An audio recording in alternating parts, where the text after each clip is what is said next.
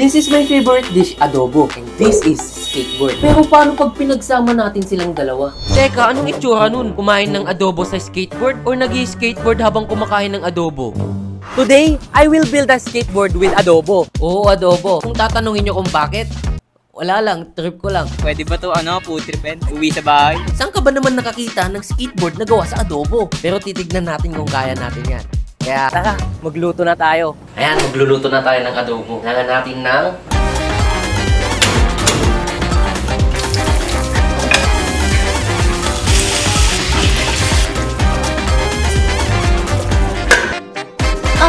Sarap. pinakamasarap na adobo sa buong mundo. Siyempre ako munang unang titikim. Sarap. Para makasigurado tayo, papatikim natin sa iba. Sarap. Kuha ka ng kanin. Kanin. Gutom ako. Walang nalutong kanin. O, ikaw, tikman mo. Oh, cameraman! Kinamay pa, puti ko. Pinagdikit-dikit ko ng adobo, kaso mukhang di ata epekto. Mapag-glue or glue gun, ay nako! Ito sana yung magiging itsura niya. Kaso, nafe-feel ko na hindi siya mag-e-effect eh. Kaya nagbabad ako sa computer, nag-research, nanood ng mga videos, at kung ano-ano na. Ito na guys. Pagkatapos ng mga hinahabang-habang research ko dito, pwede pala yung resin. Nice! Kaya naman agad-agad ako nag-order sa Shopee. O tara, gawin na natin. Una, kailangan muna natin gumawa ng molder na hugis skateboard. Tigas. 3 layers ng karton ang ginamit ko para mas makapal. Pagdikit-dikitin lang natin to gamit ang tape at siguraduhin na walang butas. Kailangan balutin natin siya ng tape dito para hindi dumikit yung resin. Balutin din natin ng tape ang base ng ating molder. Siguraduhin nyo lang na walang papasok na resin dito sa loob. Kailangan naka-close lahat yan ng tape. Kailangan muna natin magsuot ng safety gears gaya ng gloves at face mask. Dahil baka mapano ang kamay natin dito. Delikado. Paghaluin na natin ng 600 ml resin at 200 ml hardener sa isang container. Oh, akala mo talaga scientist! Kailangan natin siyang i-mix ng mabuti guys and dahan-dahan lang ang pag-mix natin. First time ko lang gagawin ito. Sana hindi mag-fail. Kalma lang sa paghalo. Parang nagtitimpla ka lang ng kape hanggang makuha ang tamang timpla. Ayun oh! Perfect! Oras na para ibuhos ito sa ginawa nating molder. And make sure na na-spread ito ng maayos. First layer pa lang yan guys. Nakaka-excite na medyo natuyo-tuyo na siya. Ilalagay na natin yung adobo! Kaso biglang may problema. Nakita nyo yun guys, parang may butas doon sa loob. Ito palaki siya ng palaki. Alam mo yun naman ang tubig, walang inaatasan yan. Lahat ng butas papasukin yan eh. Simpleng problema pero baka lumala. Bakit? Kapag may butas ang molder natin, baka wala nang matira sa nilagay nating resin. Dahil maglilik ito hanggang maubos. Wala na guys, sana hindi talaga to mag-fail to. Pero ang alam ko, hindi to mag-fail. Kasi Jamer Wesley yan eh. Kaya, mag-subscribe na kayo guys! Ilagay na natin ang napakasarap nating adobo. Nakakagutom. Alam naman natin na ang adobo ay isa sa pinakasikat na Filipino dish sa Pilipinas. It is derived from the Spanish word adobar, na ang ibig sabihin ay marinade or pickling sauce. Pagkatapos, ibuhos na natin ng natitirang resin. Papatuyuin na lang natin siya. Abangan na lang natin ang final result.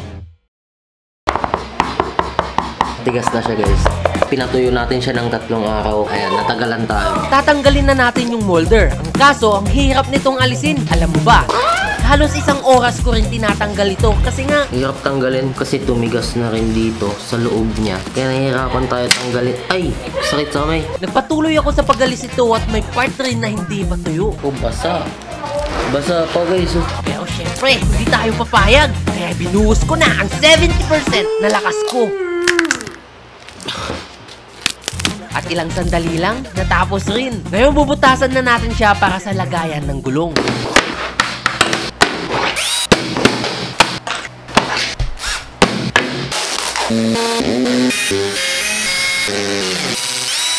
May adobo. Ilagay na natin ang mga gulong para mabilis. Tada!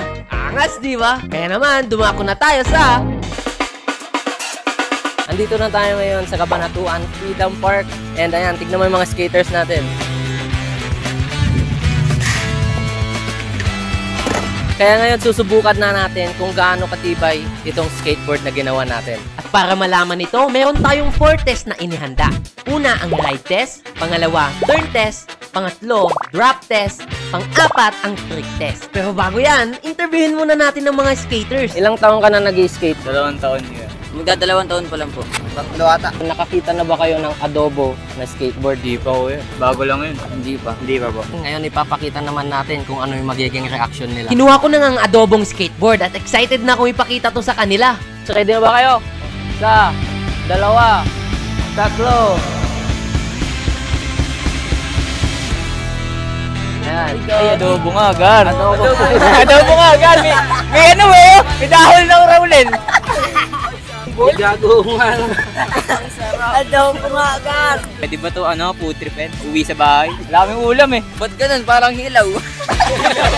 Kali na lang kulang ah. Bago natin ipasubok sa kanila, susubukan muna natin itong skateboard. Kasama natin si Artea Studio. Ayan, napakagaling ng skateboarder yan. Hindi ako marunong. Ay, di ba? Una ang ride test. Di ko lang bakit nag-i-stop agad. Siguro dahil di lang talaga kami marunong. Wala, hindi nga umiikot.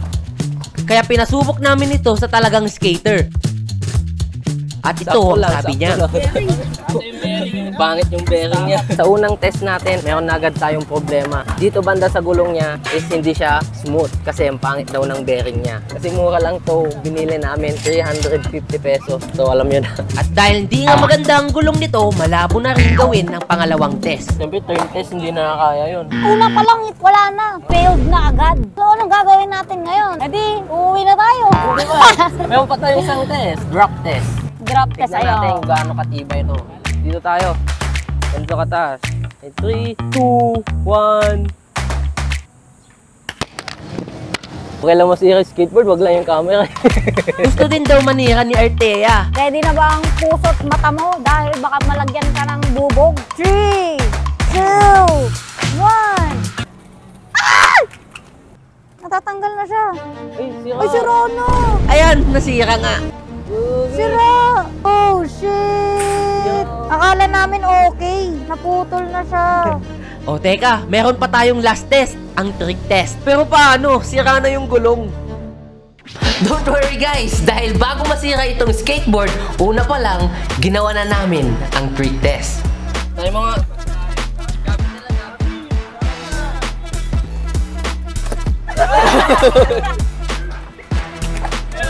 Pwede. Mahirap, pero masarap. Nahirapan siya gumawa ng tricks dahil nga madulas at maliit ito. Sinubukan ko rin gumawa ng tricks. Pinaka-basic na trick. Pinaka-basic din niya magawa.